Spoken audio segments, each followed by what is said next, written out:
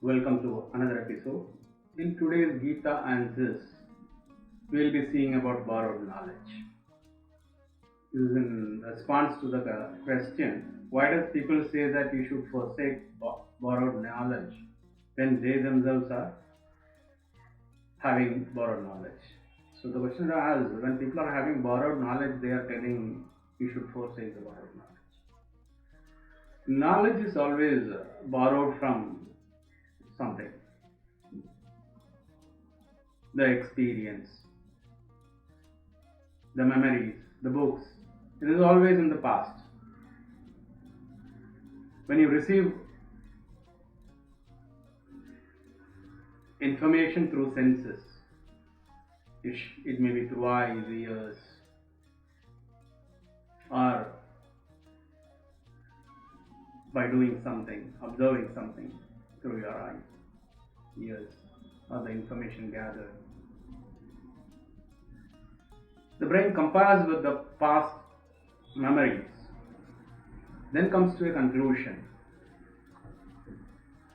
It evaluates, segregates, and then comes to a confirmation.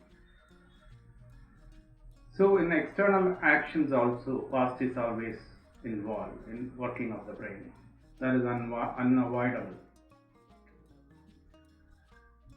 But in spirituality, you keep the knowledge in its place.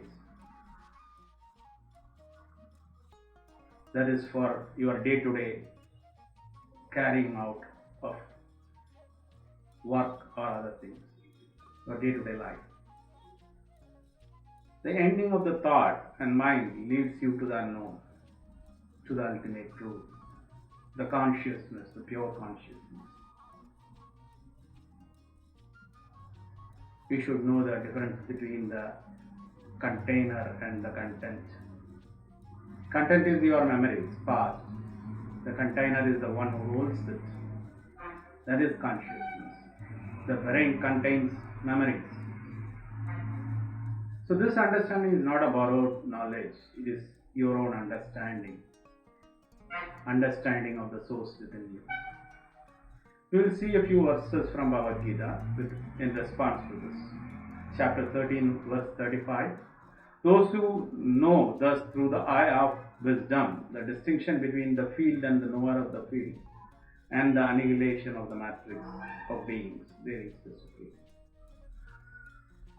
So the field is knowledge, and the knower of the field is the soul, Atma, consciousness, or whatever you call it. If you understand the difference, then you reach the supreme, the ultimate. Next is chapter 15, verse 15. I am seated in the hearts of all living beings, and from me comes the memory, knowledge, as well as forgetfulness. I alone am to be known by all Vedas and the other Vedanta and the knower of the meaning of the Vedas. So, everything knowledge comes from this consciousness. And I am when the Lord says I am, it means the consciousness is the knower and author of the Vedas. So knowledge comes from the consciousness. Next is chapter 13, verse 18. He is the source of light in all luminaries, and is entirely beyond the darkness of ignorance. So that which is consciousness is the light, and it is beyond the darkness of ignorance. He is knowledge, the object of knowledge, and the goal of knowledge.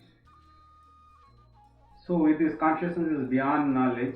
It is the object of the knowledge, the goal of the knowledge, and the source of the knowledge. And he dwells within all beings. And this consciousness is in all living beings. So knowledge is borrowed, whereas the source, the consciousness, is not borrowed. The understanding of it is not borrowed knowledge, it is a real understanding. That is the original understanding. So with this we will end this episode. Stay with me for another episode. Subscribe to my channel and share this video. Thank you.